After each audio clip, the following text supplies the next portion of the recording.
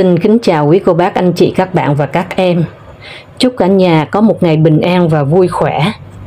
Trân trọng giới thiệu đến quý vị tác phẩm Truyện viết từ trại tị nạn Ingeham của tác giả Đỗ Trường. Bây giờ xin mời quý vị cùng lắng nghe. Bữa nhậu trong đám cưới con ông bạn ở Mayhem hơi bị buồn tẻ. Có lẽ cũng bởi tại giai nam lấy gái Bắc.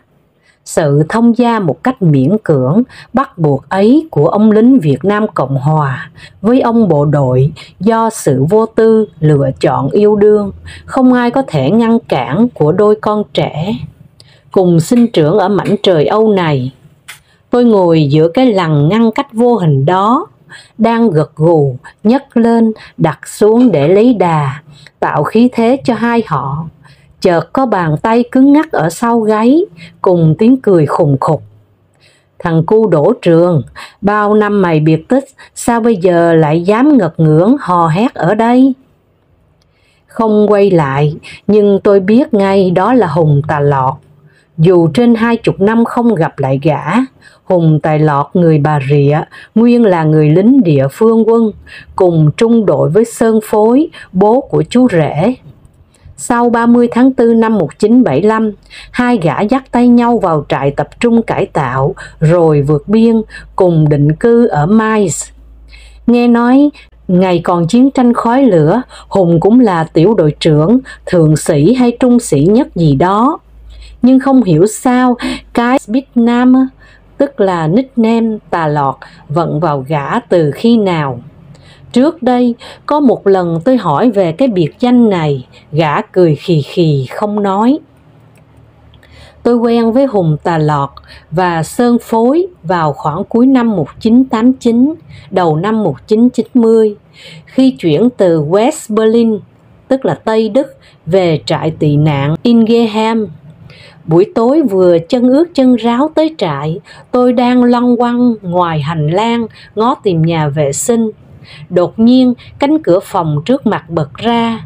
Tuy giật mình, song do phản xạ tôi co người ôm mặt. Rất may cánh cửa chỉ đập đúng khuỷu tay và hai đầu gối. Đau điếng cả người, tôi vịn vào tay nắm cửa đứng dậy. Nhìn vào phòng, thấy có một gã răng vỗ, thấp đậm, mặt xanh như đít nhái, đang lập bập xin xỏ gì đó với hai người đàn ông đứng quay lưng ra cửa.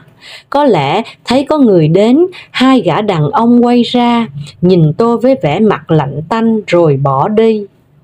Sáng hôm sau, vẫn hai gã đàn ông ấy chở gạo, mì tôm, thực phẩm châu Á vào cho những người mới đến như chúng tôi. Nhìn thái độ, mặt mũi tươi rói của hai gã khác hẳn với khuôn mặt thần chết tối hôm qua, làm tôi thấy lạ. Và cứ cách tuần lại thấy hai xe của gã đầy âm ắp thực phẩm vào phân phát cho từng người.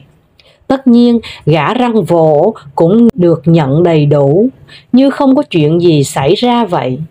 Mấy tuần sau, đang hì hục ngồi viết, thấy hai gã đi với Dương Tấn Thành, biên tập Nguyệt Sang hướng Việt, từ Wiesbaden vào tìm tôi. Anh Thành đến cảm ơn tôi đã cộng tác và tặng Nguyệt Sang số Tết. Bởi trong đó có mấy truyện ngắn của tôi. Lúc chuyện trò, tôi mới biết tên và Spitzname, tức là nickname của hai gã là Hùng Tà Lọt và Sơn Phối. Phải nói hai gã này rất khoái đọc sách báo và hay chuyện.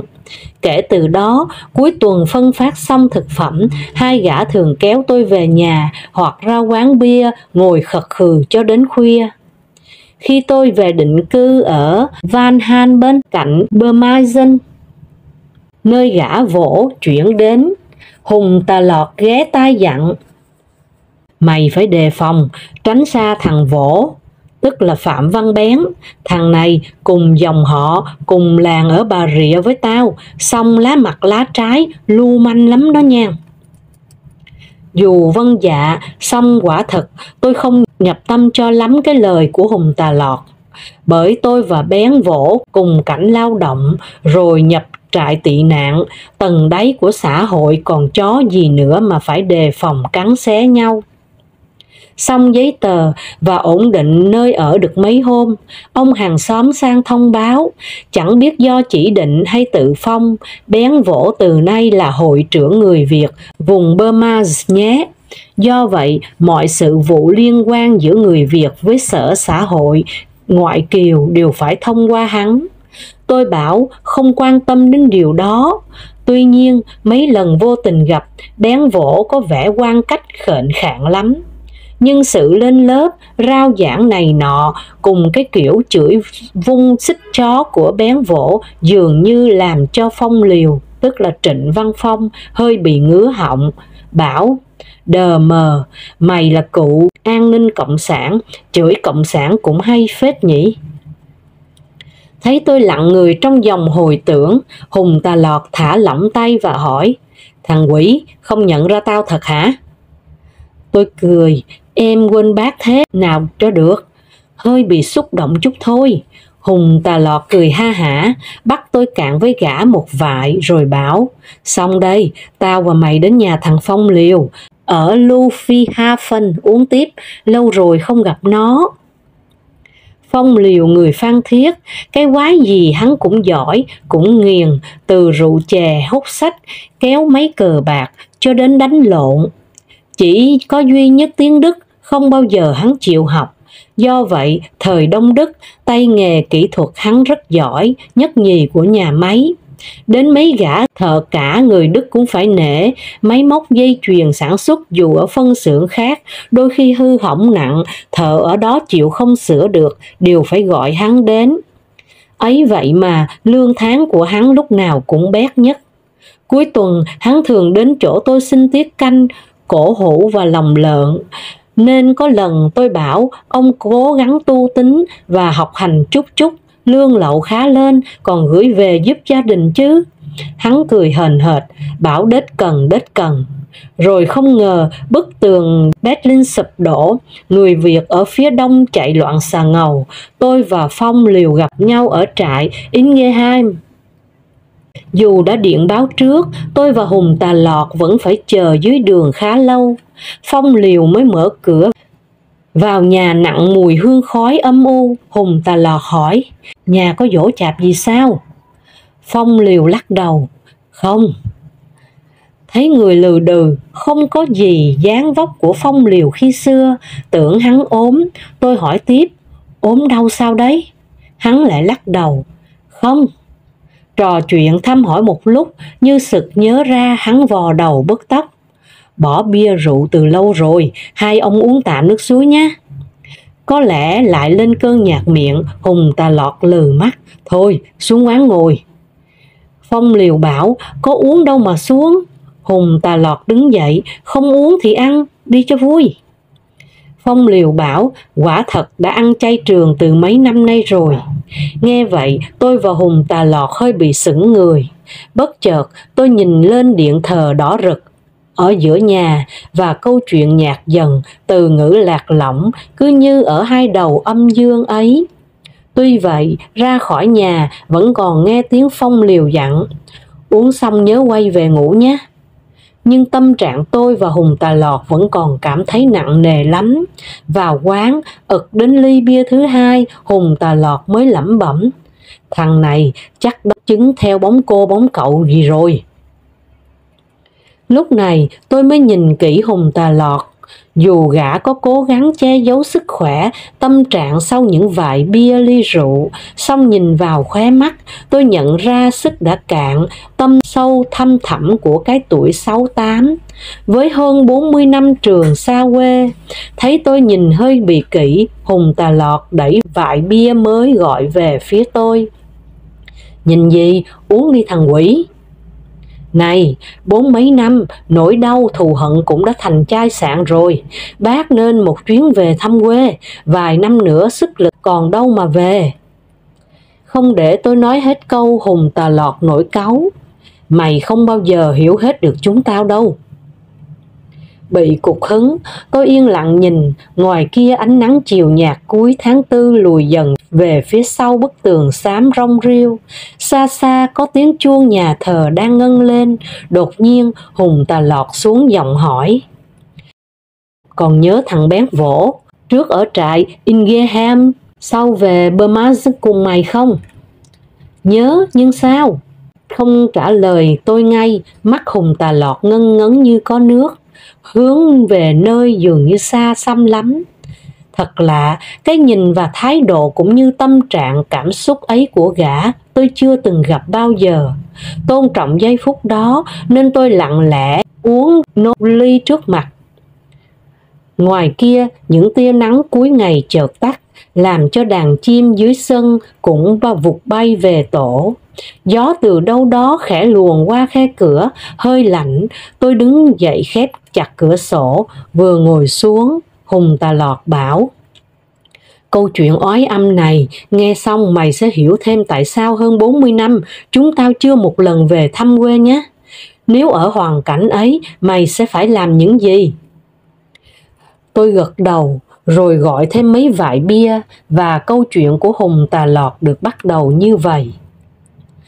Quả thật, sau những ngày ở tù cải tạo, Hùng Tà Lọt càng thấm câu thù hận mà người lính địa phương quân phải gánh chịu. 1.200 bắt được thì tha, 900 bắt được đem ra chặt đầu. Đang vật vờ, khi thì theo thuyền đánh cá ngoài khơi, lúc thì xúc than thuê. Năm 1978, Hùng Tà Lọt gặp lại Sơn Phối ở Biên Hòa. Hai gã kéo nhau về Bà Rịa, kế hoạch tổ chức vượt biên bắt đầu, và ngay ở cửa biển quê hương Hùng Tà Lọt. Hai lần đầu đều thất bại, bởi thuyền không vỡ thì bị biên phòng truy đuổi. Rất may, do thông thổ địa hình nên Hùng Tà Lọt và Sơn Phối đều chạy thoát. Tiền bạc nợ nần chồng chất, hết đường vay mượn, hai gã tưởng chừng không còn một tia hy vọng nào nữa. Nhưng cuối năm 1979, do sự móc nối giới thiệu của mấy người cùng chuyến đi trước, một thương nhân là chủ thuyền đã tìm đến hai gã. Đúng là buồn ngủ gặp chiếu manh. Hai gã được đi cùng với điều kiện lo bến bãi, phụ lái và trông coi máy móc. Thời gian này, người Tàu cũng ồ ạt ra đi, dẫn đến việc bảo kê bến bãi như một thứ luật bất thành văn của an ninh biên phòng. Do vậy, làm luật xong, đường đi có vẻ mở ra hy vọng. Hùng Tà Lọt khấp khởi trong lòng. Đêm cuối tháng, trời tối đen như mực, rừng cây im lặng, nước dưới sông cũng ngưng dòng chảy, chỉ còn mái chèo khua vỗ nhẹ, mạn thuyền xa dần rồi chìm vào trong đêm.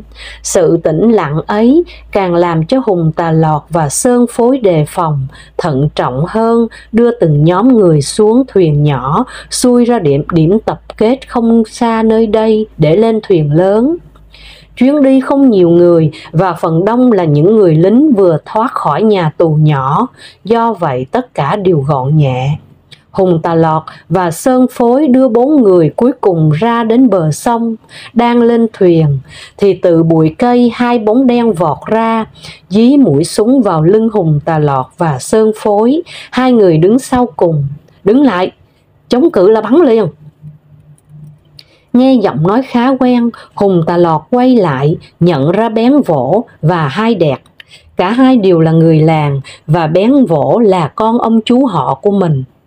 Những ngày cuối tháng 4 năm 1975, Bén Vỗ tuổi chưa đầy 17 đã đeo băng đỏ, nhảy ra ngã tư dẫn đường cho bộ đội, rồi làm trật tự và trở thành người cách mạng 75. Lăng xăng một thời gian, hắn được đi học nghiệp vụ an ninh, và từ đó dù còn rất trẻ, song hắn đã trở thành một máy chém rất tàn bạo, không chỉ đối với những người chạy trốn vượt biển. Nghĩ Bén Vỗ và Hai Đẹp không nhận ra mình nên Hùng Tà Lọt hỏi: anh đây, chúng mày không nhận ra sao? Anh đã đóng tiền làm luật rồi.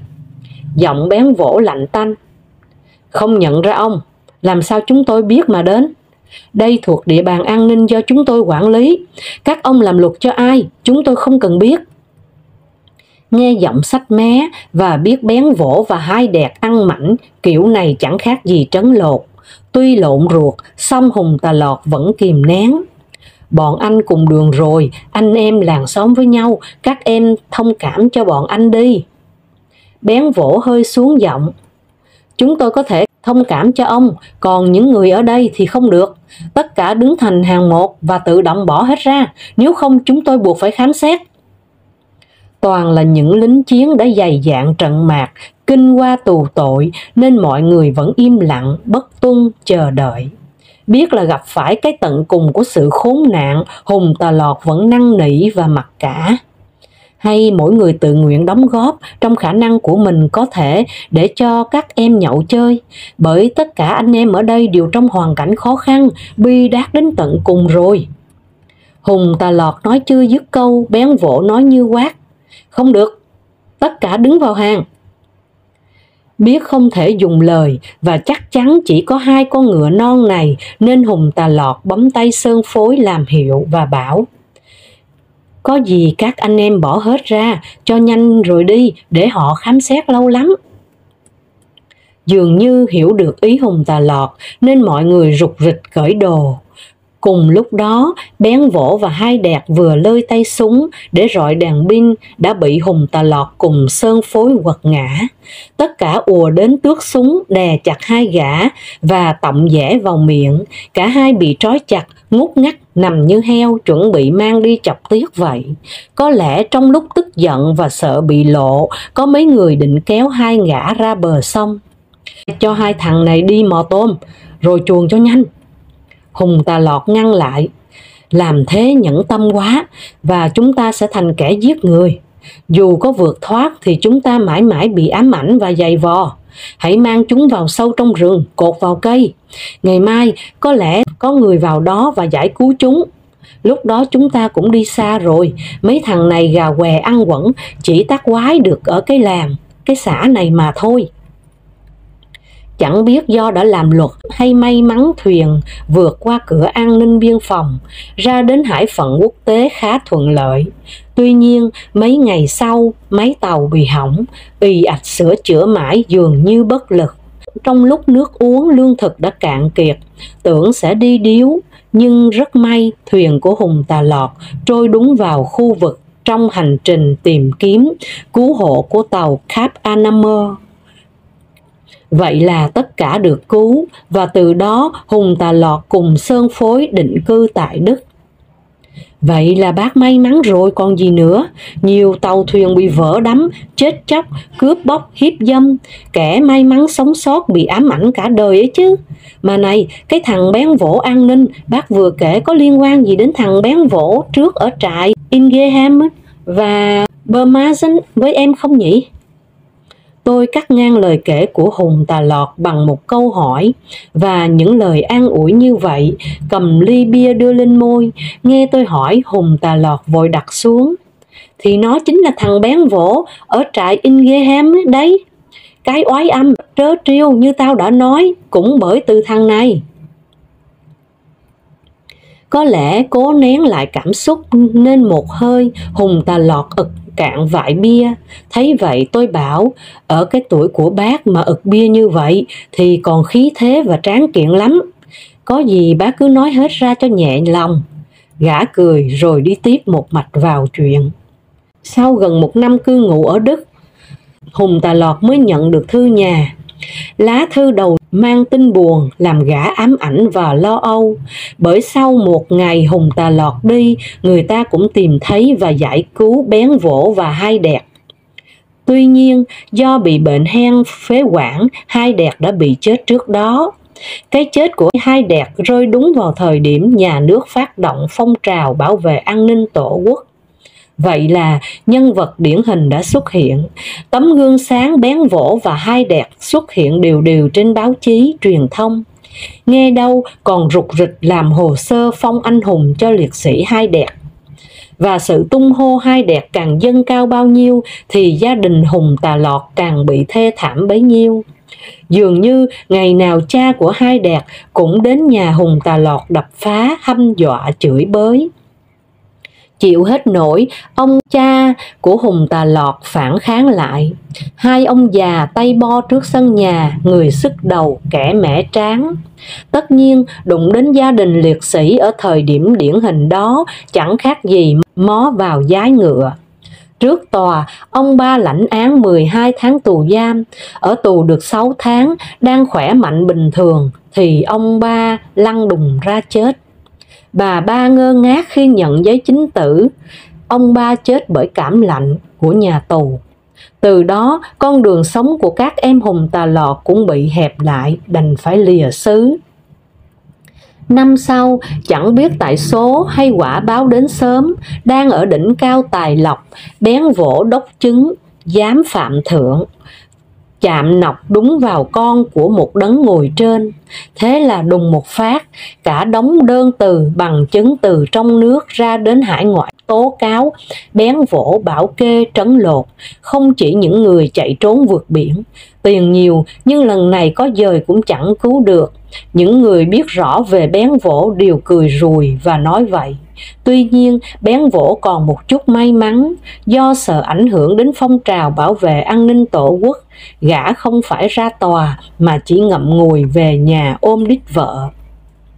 Chờ sóng gió qua đi, bén vỗ chuồn về Sài Gòn, mua bằng trung cấp thể thao, nhập vào nghề gõ đầu trẻ.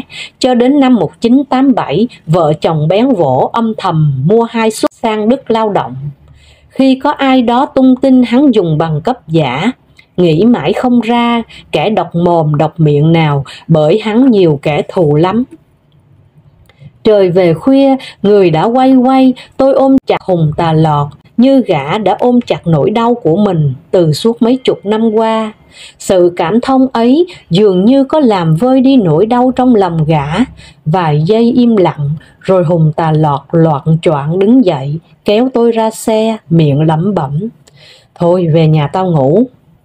Tôi bảo: "Bộ muốn cảnh sát xích cổ lại hay sao?"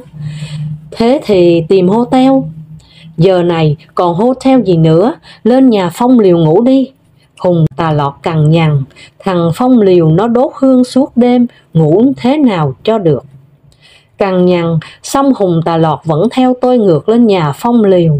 Có lẽ nhìn thấy xe chúng tôi còn ở dưới sân nên Phong liều vẫn chờ. Trong lúc pha trà, tôi hỏi: "Bén vỗ còn ở Bờ không?"